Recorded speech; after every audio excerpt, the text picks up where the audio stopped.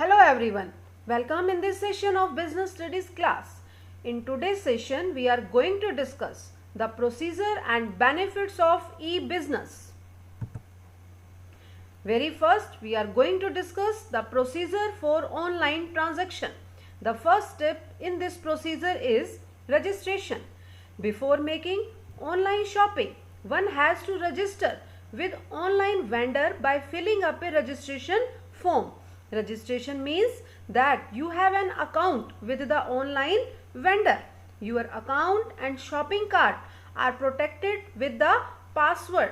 Otherwise, anyone can log in using your name and shop in your name. This can put in your trouble. Registration means कि सबसे first हमें जो अपना name है with password जो अपने online vendor जिससे हम शॉपिंग करना चाहते हैं उसके पास रजिस्ट्रेट कराना है। और यहाँ वेरी वेरी इंपॉर्टेंट ये रहेगा कि आपके पास आपके अकाउंट का एक प्रॉपर पासवर्ड होना चाहिए। कहीं ऐसा ना हो कि आपके नाम से कोई और शॉपिंग कर ले, आपके अकाउंट से मनी जो है किसी और की फॉर्म में पे हो जाए, कोई और शॉपिंग करे और पेमेंट जो है वो आपके अकाउंट से हो जाए। ऐसी ट्रबल में आप ना पड़ो, इसीलिए आपको अपने अकाउंट को प्रोटेक्ट करना होगा और उसे एक पासवर्ड के साथ अटैच करना होगा जो पासवर्ड सिर्फ आप ही जानते होंगे। The second step is placing an order. You can pick and drop the items into the shopping cart. Shopping cart is an online record of what you have picked up while browsing the online store. कि shopping cart क्या है कि जो आप online store से purchase करना चाहते हो उसका एक ऑनलाइन रिकॉर्ड है। After selecting the item you want to buy, जो आइटम्स आप परचेज करना चाहते हो सबसे फर्स्ट आप उनको सेलेक्ट करोगे एंड यू कैन चेकआउट, उसके बाद उनका चेकआउट लोगे and choose your payment option. और फिर आप थर्ड जो प्रोसीजर का स्टेप है उसकी तरफ मूव कर जाओगे कि आपने कौन से पेमेंट के ऑप्शन को, मोड ऑफ पेमेंट आपका क्या रहेगा, किस पेमेंट के मोड से आप जो है अपने वेंडर को मनी पे करोगे, वो आपको थर्ड जो है स्टेप वो सेलेक्ट करना होगा। Come to the third step, that is payment mechanism. Payment for the purchase through online shopping may be done in a number of ways such as cash on delivery, checks, net banking, credit and debit cards, digital cash. Digital cash means Paytm, Jio Money or e-wallets, QR codes and other forms of digital payments. Digital payments जो हैं उसमें हम अपने ई wallet को use कर सकते हैं, QR code को यूज़ कर सकते हैं।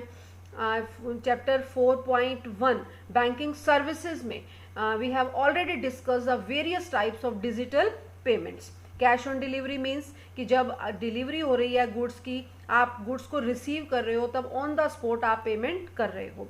चेक मीन्स कि आपने अपनी गुड्स शॉपिंग कार्ट जो हमारा सेकंड स्टेप था उसकी हेल्प से सेलेक्ट कर लिए और फिर आपने चेक से अपने वेंडर को पेमेंट जो है वो सेंड कर दी है। जैसे ही आपका चेक जो है आपके वेंडर को रिसीव हो जाता है वो आपको गुड्स की डिलीवरी कर देता है। Next is net banking. Net banking means कि आप अपने वेंडर के अकाउंट में ऑनलाइन मनी ट्रांसफ़र कर रहे हो, आपके अकाउंट से मनी वेंडर के अकाउंट में ऑनलाइन ट्रांसफ़र हो रही है।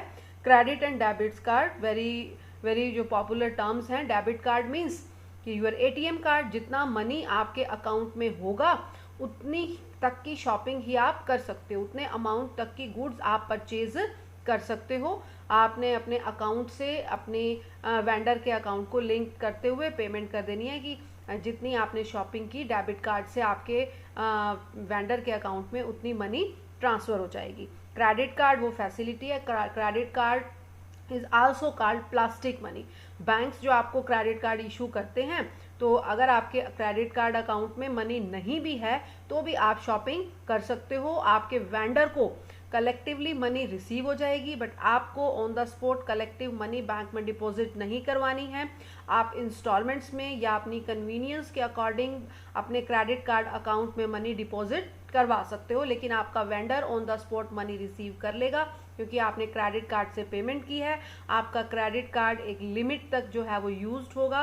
किसी का क्रेडिट कार्ड 5 लाख रुपीज़ का है तो वो 5 लाख रुपीज़ तक की शॉपिंग कर सकता है क्रेडिट कार्ड से। किसी का कार्ड 2 लाख रुपीज़ का है तो वो 2 लाख रुपीज़ तक की शॉपिंग कर सकता है अपने क्रेडिट कार्ड से, चाहे उसके अकाउंट में 2 लाख रुपीज़ तक का मनी अवेलेबल ना हो। Bank on the spot 2 lakh rupees तक की मनी आपके वेंडर को पे कर देगा। आप इंस्टॉलमेंट्स में या फिर अपनी कन्वीनियंस के अकॉर्डिंग अपने अकाउंट में जब चाहो वो मनी डिपॉजिट करवा सकते हो। These are the 3 steps for the procedure for online transactions. Now come to the next topic, that is the benefits of e-business. Very first is worldwide reach. अब e-business यानी कि इलेक्ट्रॉनिक फॉर्म में हो रहा है तो पूरे वर्ल्ड में कहीं भी आप ट्रांजैक्शन कर सकते हो। ये ज़रूरी नहीं है कि आपको फेस टू फेस ट्रांजैक्शन करनी है, डोर स्टेप ट्रांजैक्शंस करनी है, देयर इज़ नो नीड। आप पूरे वर्ल्ड में कहीं भी आपका मैन्युफैक्चरर है, कहीं भी आपका वेंडर है, आप उससे पूरे वर्ल्ड में गुड्स परचेज कर सकते हो, आप अपने कस्टमर्स को गुड्स सेल कर सकते हो पूरे वर्ल्ड में कहीं पर भी। शॉर्टनिंग द सप्लाई चेन, यहाँ पर बीच में होलसेलर, रिटेलर, ये सब बीच में रिमूव हो जाते हैं, जिसकी वजह से सप्लाई चेन जो है वो शॉर्ट हो जाती है। और सप्लाई चेन के शॉर्ट होते ही पर यूनिट जो प्राइस हैं गुड्स के वो भी रिड्यूस हो जाते हैं, क्योंकि जितने पर्सन, जितने मिडल मैन बीच में आते हैं वो सभी अपना प्रॉफिट ऐड करते रहते हैं और उन सब का एडिशन होकर लास्ट में जो फुल बर्डन है वो किसके ऊपर पड़ता है? कंज्यूमर के ऊपर पड़ता है। क्योंकि मैन्युफैक्चरर जिस प्रोडक्ट को प्रोड्यूस करता है वो उसके बाद जो है वो सुपर स्टॉकिस्ट के पास जाता है, देन स्टॉकिस्ट के पास आता है, देन रिटेलर्स के पास आता है और देन कंज्यूमर्स के पास आता है। बीच में जितने ज़्यादा मिडल मैन आते हैं वो सभी अपना प्रॉफिट बीच में ऐड करते रहते हैं। फाइनली प्रोडक्ट का जो प्राइस होता है वो क्या होता जाता है? इंक्रीज होता जाता है।